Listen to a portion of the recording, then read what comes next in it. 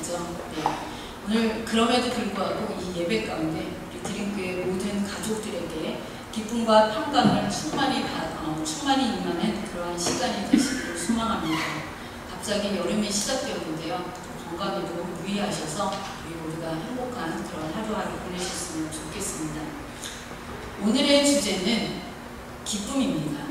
우리 개역 개정 성경에서는 이 기쁨이라는 단어를 성령의 열매인데 희락으로 그렇게 번역하고 있습니다. 기쁨은 사람이라면 누구나 맛볼 수 있는 좋은 감정입니다. 그런데 이 기쁨에는 두 가지 종류의 기쁨이 있다고 말씀드릴 수 있을 것 같습니다. 하나는 세상의 기쁨, 쾌락이라고도 부르는 것입니다. 이 기쁨은 인간의 욕망이 충족될 때에 일시적으로 생기는 그러한 감정이라고 할 수 있습니다. 다른 한 종류의 기쁨이 있는데 바로 성령의 열매인 기쁨, 희락입니다. 이 희락은, 기쁨은 모든 상황에서 주어지는 영적인 기쁨입니다. 그리고 이 기쁨은 그리스도인들만이 누릴 수 있는 기쁨입니다. 여러분 안에 이 기쁨이 있습니까? 오늘 말씀처럼 주 안에서 항상 기뻐하라, 이 말씀대로 살아가고 계십니까? 사실 우리 모두는 그리스도인인데요. 그래서 하나님의 말씀을 다 지키면서 살아야 하지만 오늘 말씀에 나오는 것처럼 항상 기뻐하라, 이 말씀도 지키기 어려운 말씀 중 하나라고 생각하기 쉽습니다. 왜냐하면 우리가 살아가는 이 세상이 기쁜 일만 있으면 얼마나 좋겠습니까? 그렇지 못하기 때문입니다. 때로는 화날 때도 있고 슬플 때도 있고 또 병으로 고통당할 때도 있습니다. 그런데 어떻게 오늘 말씀처럼 이러한 상황에서 항상 기뻐할 수 있을까요? 저도 이 말씀을 준비하면서 제 자신을 돌아보았습니다. 나는 항상 기뻐하고 있는가?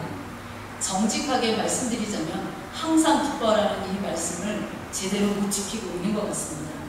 때로는 슬플 때도 있고 또 화날 때도 있고 우울할 때도 있습니다.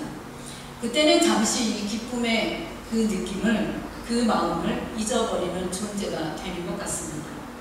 그럼에도 오늘 말씀해 보면 화날 때는 기뻐하지 말라, 슬플 때도 기뻐하지 말라, 우울할 때도 기뻐하지 말라, 이런 말씀이 없습니다. 기뻐하는데 항상 이라는 단어를 쓰고 있습니다. 우리가 잘 알고 있듯이 이 항상은 어느 한순간 이걸 의미하는 것이 아니라 모든 순간에서 기뻐하라는 말씀입니다. 이러한 어려운 말씀을 우리 그리스도인에게 명령하고 있는데 우리는 어떻게 항상 기뻐할 수 있는지 말씀을 통해서 생각해 보겠습니다. 이 세상의 기쁨에는요, 한계가 있습니다.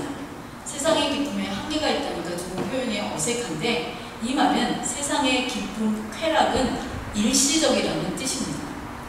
욕구가 충족되면 그때는 잠시 기뻐할 수 있지만 더 큰 욕망이 찾아옵니다. 그런 우리의 모습을 전도서 기자가요, 잘 묘사하고 있습니다. 전도서 1장 8절 말씀 보시겠습니다. 모든 만물이 피곤하다는 것을 사람이 말로 다 말할 수 없나니 눈은 보아도 족함이 없고 귀는 들어도 가득 차지 아니하도다. 이 말씀을 보면 우리 인간의 실존에 대해서 아주 잘 표현하고 있다, 그렇게 말씀드릴 수 있을 것 같습니다. 이 인간의 욕망이라는 것은 끝이 없는 그런 존재이기 때문에 인간이라는 것은 끝없는 욕망을 가진 존재이기 때문에 하나를 성취하면 그거에 만족해야 되는데 또 다른 성취를 얻고자 해서 계속해서 욕망하게 된다는 소리입니다. 그래서 사람에게 있는 탐욕과 욕망은 끝이 없습니다.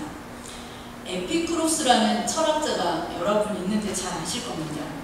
이 에피쿠로스라는 철학자도 인간의 이런 모습에 대해서 이야기했습니다. 이 에피쿠로스라는 철학자는 인간의 쾌락에 대해서 많은 공부를 한 사람입니다. 그래서 그 방면에 큰 성과를 이룬 사람이기도 합니다.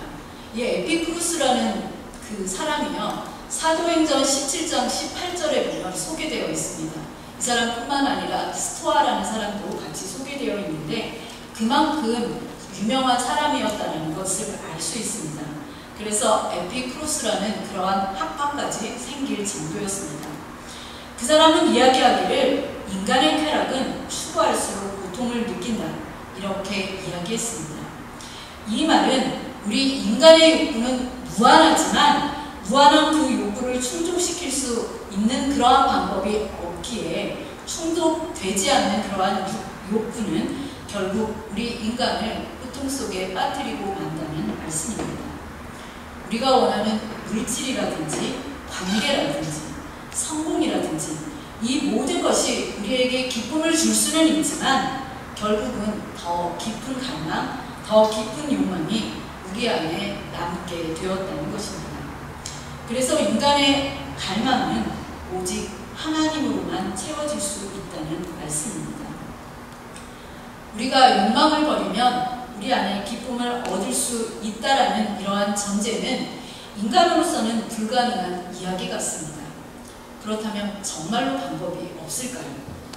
기쁨은 희락이라는 이 열매는 성령의 열매라고 이렇게 말씀하고 있는데 그 이유를 바로 우리 인간의 마음에서 찾을 수 있을 것 같습니다. 사도 바울은요, 우리 인간을 냉철하게 바라보아서요, 사람이 진정한 기쁨을 얻을 수 있는 길은 인간의 방법으로는 전혀 불가능하다는 결론에 이르렀습니다. 그러기에 기쁨은 성령의 열매라고 결론 지을 수밖에 없었습니다. 성령의 열매로서 기쁨은 무엇입니까? 성령의 열매로서의 기쁨은 하나님의 임재와 사랑 안에서 누리는 우리 안의 평안과 만족입니다. 이 기쁨은 세상이 줄 수 없는 것입니다. 또 세상이 빼앗을 수도 없는 것입니다. 우리 성도들이 그리스도 안에 거할 때에 성령 충만으로 맺어지는 은혜의 열매가 성령의 열매인 기쁨입니다. 그런데 이 기쁨의 열매를 어떤 삶을 살 때에 우리 안에서 맺혀지게 되는지 오늘 읽으신 빌립보서 4장 4절 말씀이 이렇게 전하고 있습니다. 주 안에서 항상 기뻐하라. 내가 다시 말하노니 기뻐하라. 이 말씀에 답이 있습니다. 우리가 기뻐할 수 있는 이유, 우리의 삶에서 기뻐하는 삶을 살려고 한다면 주 안에 있어야 한다는 말씀입니다. 만약 우리가 주 밖에 있다면 주님이 주시는, 성령이 주시는 열매인 이 기쁨을 누릴 수 없다는 말씀입니다. 여기서 예수 그리스도 안에서 이렇게 말씀하고 있는데 그 의미는 우리의 기쁨이 환경이라든지 우리의 감정에 좌우되는 것이 아니라 주님과의 연합에서 오는 확고한 내적 기반이라는 것을 말하고 있습니다. 그래서 그리스도 안에 있는 모든 사람은 어떠한 상황에서도 구원과 하나님의 사랑, 약속 위에서 흔들리지 않는 기쁨을 가지고 있다는 것입니다. 사도 바울을 보면 그 이유를 알 수가 있습니다. 사도 바울이 오늘 빌립보 성도들에게 이 편지를 쓸 때요, 그가 있었던 곳은 감옥이었습니다. 그는 감옥에 갇혀 있으면서도 기뻐할 수 있었습니다. 그가 처한 환경은 절대 기뻐할 수 있는 곳이 아니었습니다. 감옥에 갇혀 있으면서 기뻐할 수 있다고 생각하는 사람이 누가 있겠습니까? 또 그 당시에 사도 바울은 언제든지 죽을 수 있는 그러한 상황 가운데 있었습니다. 그럼에도 자신은 주님 안에 있기에, 주님과 연합되어 있기에 언제나 기뻤습니다. 그래서 빌립보 성도들에게 기뻐하라 이렇게 명령할 수 있었습니다. 그런데 그 기쁨은 잠시만 기뻐하고 한순간만 기뻐하고 그만두라 이렇게 말씀하고 있지 않습니다. 항상 기뻐하라고 말하고 있습니다. 이 항상이라는 말 앞에서도 말씀드렸듯이 일시적인 것이 아닙니다. 우리 삶 전반에 걸친 지속적인 태도로서 기뻐하라고 요구하고 있는 것입니다. 이 말은 우리의 일상생활 속에서 기쁜 날에는 당연히 기뻐하지만 어려운 순간에도 기뻐하라는 말씀입니다. 그래서 이 기쁨은 성령의 열매로서 우리 성도들의 삶의 증거입니다. 사도 바울은 빌립보 성도들에게요, 기쁨은 단순히 감정이 아닌 성령 충만한 삶의 자연스러운 결과인 것을 알게 하려고 항상 기뻐하라고 말하고 있습니다. 그래서 기뻐하라는 이 명령은 성령 안에서 살아가고 있는 사람이라면 반드시 나타나야 할 삶의 열매인 것입니다. 만약 내 삶에 기쁨이 없다고 한다면 우리 자신이 성령 충만한지 여부를 확인하셔야 합니다.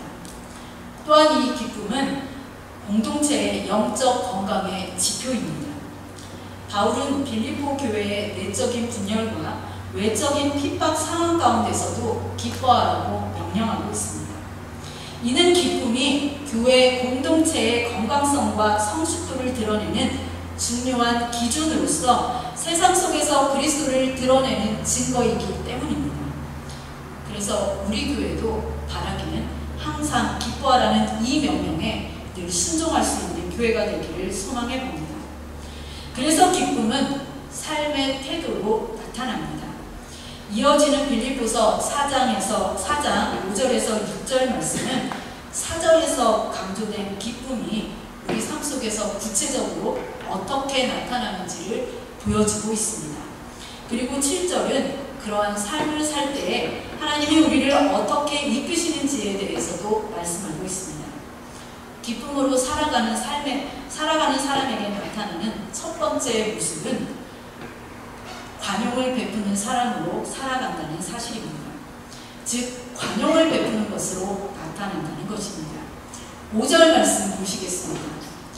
너희 관용을 모든 사람에게 알게 하라. 주께서 가까우시니라. 여기서 말하는 관용이라는 단어는요, 헬라어로 에피에이레스 이렇게 표현하고 있는데, 이 단어는 온유함, 너그러움, 부드러움, 참을성을 의미하는 단어입니다. 바울은 기쁨을 명령한 후에 바로 관용을 이야기하고 있습니다. 이것을 통해서 알 수 있는 것은 우리 안에 이 기쁨이 외적인 성품인 관용으로 나타나야 한다는 말씀입니다. 그러면 그 관용은 누구에게 베풀어야 하는 것입니까? 오늘 말씀해 보니까 모든 사람에게입니다. 모든 사람에게라는 것은 관용의 대상이 누구든지 예외 없이 적용되어야 함을 의미하는 것입니다. 특별히 공동체 안에서 의견의 차이, 갈등, 또 오해의 그런 상황이 생길 때에 나타내라는 그러한 열매였습니다. 우리는 흔히 내 의견과 맞는 사람만 관용을 베풀려는 그러한 마음이 있습니다. 그럴 때마다 오늘 말씀을 기억하여 판단하기보다는 이해하시면서 정죄하기보다는 품는 그런 관용의 마음으로 살아가시기를 바랍니다. 우리에게 이런 관용의 태도가 필요한 이유에 대해서 사도 바울은 주께서 가까우시니라 이렇게 말하고 있습니다. 이 말은 시간적으로는 주님의 재림에 대해서, 그리고 공간적으로는 주님의 임재를 기억하라는 말씀입니다. 주님이 곧 오실 것을 아는 사람은 땅의 분노와 다툼에 붙들려 있지 않습니다. 주님의 마음을 품고 다른 사람을 온유하게 대하기 위해서 노력합니다. 또한 주님의 마음을 품고 있는 이 사람은 주님께서 자신과 함께 있다라는 그 임재 사실에 주님 앞에서 살아가듯이 모든 사람을 관용으로 대하게 된다는 것입니다. 그러므로 우리 그리스도인들은 주께서 가까이 오실 때라는 그 사실을 기억하여서 말과 행동을 절제하고 억울한 일에도 당장의 분노를 나타내지 않는 그러한 사람이 되었으면 좋겠습니다.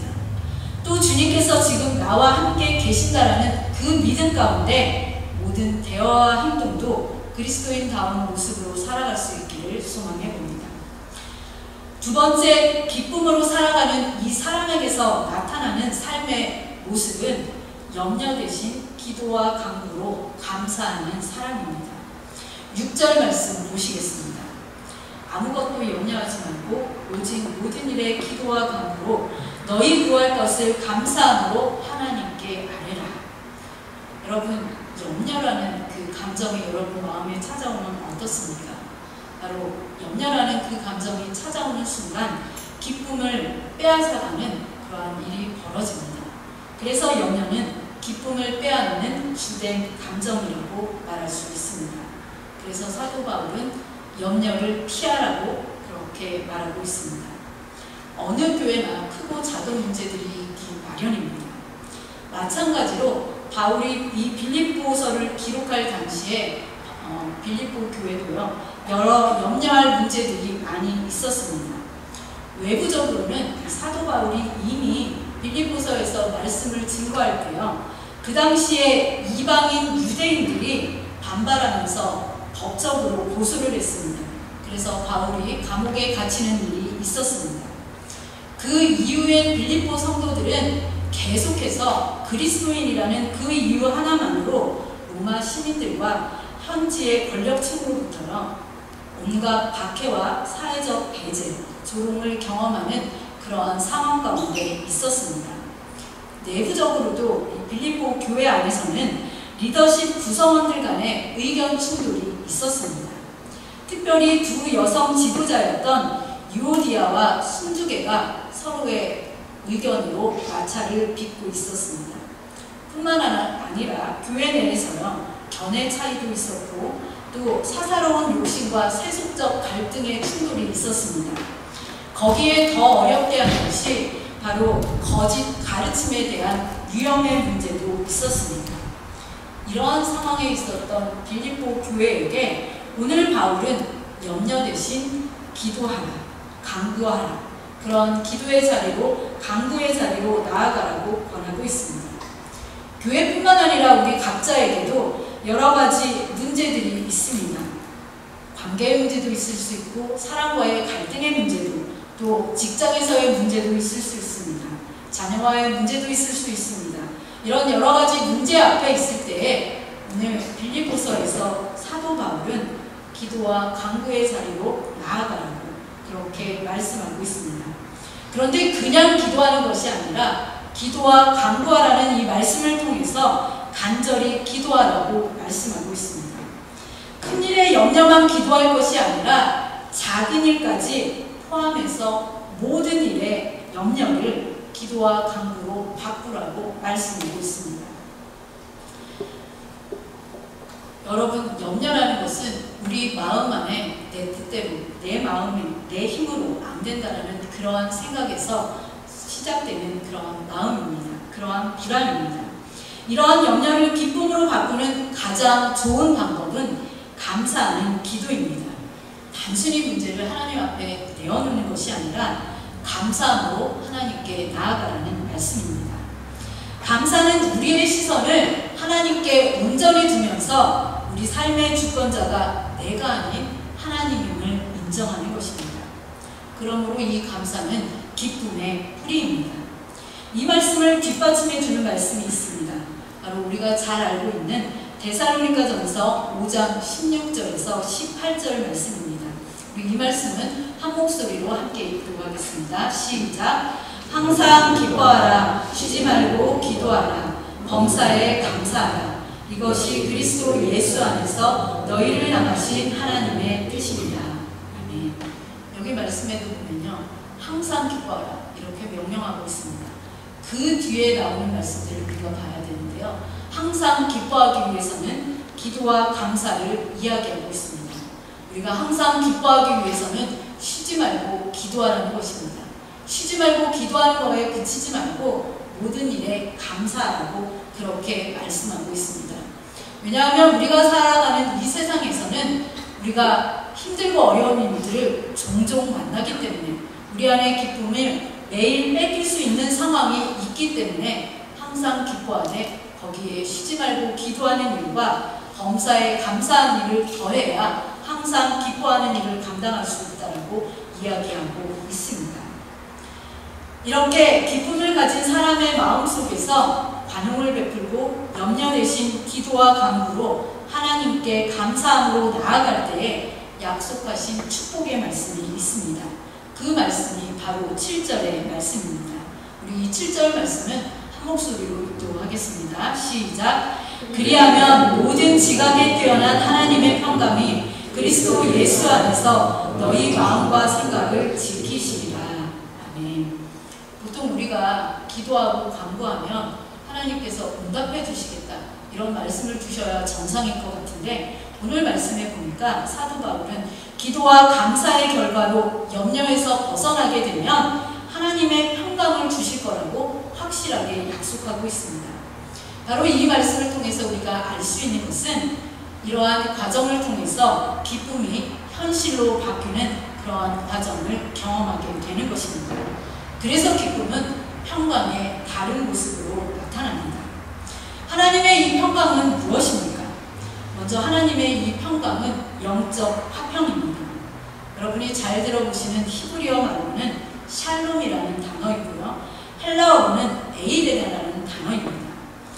이 헬라어로 에이레나 히브리어로 샬롬이라는 단어는 분쟁이 없는 그러한 상태를 의미하는 것이 아니라 하나님과의 관계 회복으로 오는 우리 안의 내적 평안을 의미합니다. 그래서 이 평강은 하늘로부터 주어지는 선물입니다. 그리고 이 평강은 우리 성도가 하나님과 올바른 관계로 연결되었을 때에 비로소 받게 되는 선물입니다. 여러분에게 매일 살아가면서 제일 원하는 것이 무엇이냐 이렇게 묻는다면 어떻게 대답하시겠습니까? 저는 하나님께 저의 마음에 평강을 구하겠습니다. 여러분도 경험해서 아시겠지만 염려나 불안이 우리 마음에 있으면 어떻습니까? 이처럼 삶의 어려운 문제도 없는 것 같습니다. 그래서 오늘 말씀은 하나님의 평강이 우리의 마음과 생각을 지키신다고 말씀하고 있습니다. 이 마음과 생각을 지키는 평강은 외부에서 오는 불안과 우리 내부 안의 염려를 막아주는 보호막 역할을 하는 장치입니다. 그래서 이 평강은 하나님께서 주시는 확신 속에서 기쁨을 지속하게 만드는 토대가 되는 것을 알 수가 있습니다. 여러분은 이런 하나님의 평강 가운데 살고 계십니까? 저는 앞에서도 말씀드렸지만 솔직하게 고백한다면 이런 하나님의 평강 속에 살 때가 많습니다. 많음에도 불구하고 때로는 하나님의 평강 속에 살지 못할 때도 있습니다. 그래서 오늘 이 설교를 준비하면서 다시금 하나님의 평강을 구하는 그러한 자리로 나아가게 되었습니다.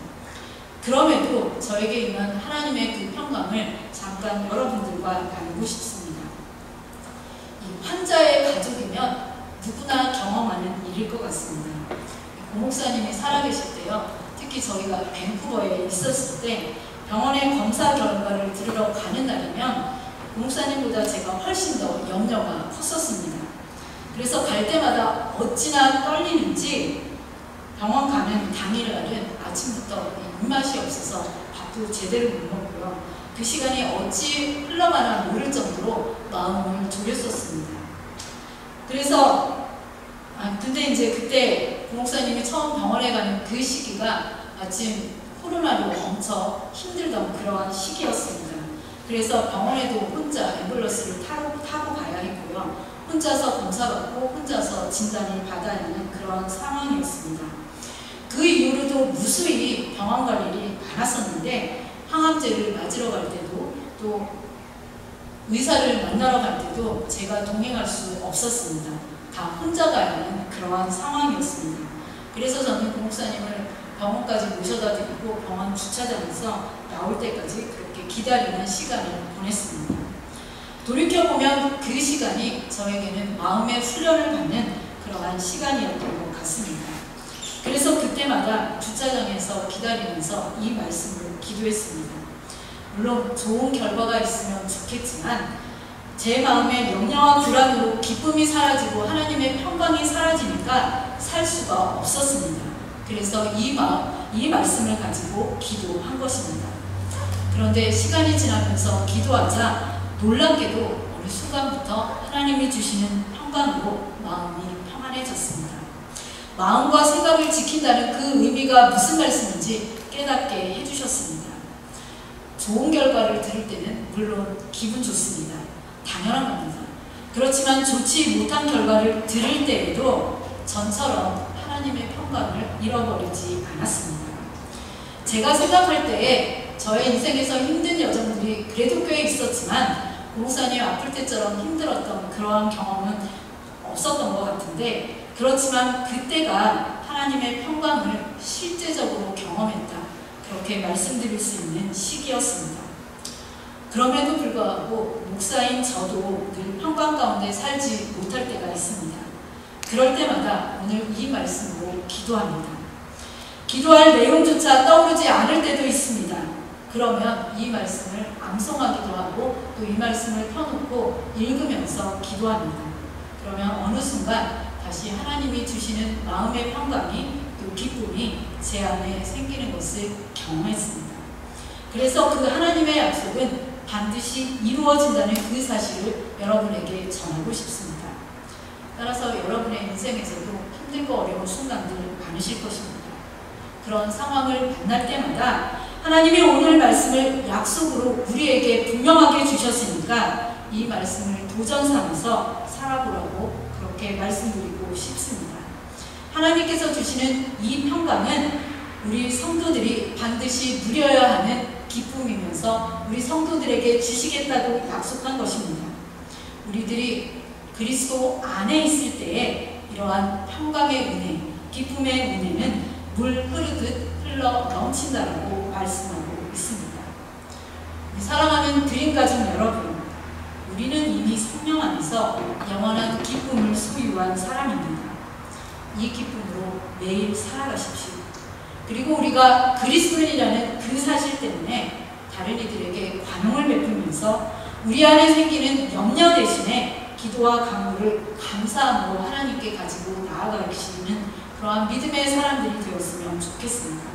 그러한 사람들이 되어서 우리 하나님이 주시는 그 평강으로 우리 안에 기쁨의 향기가 넘쳐서 그 기쁨을 우리 모르고 살아가는 많은 세상 사람들에게 전하는 그런 믿음의 사람으로 살아갈 수 있기를 소원해 봅니다.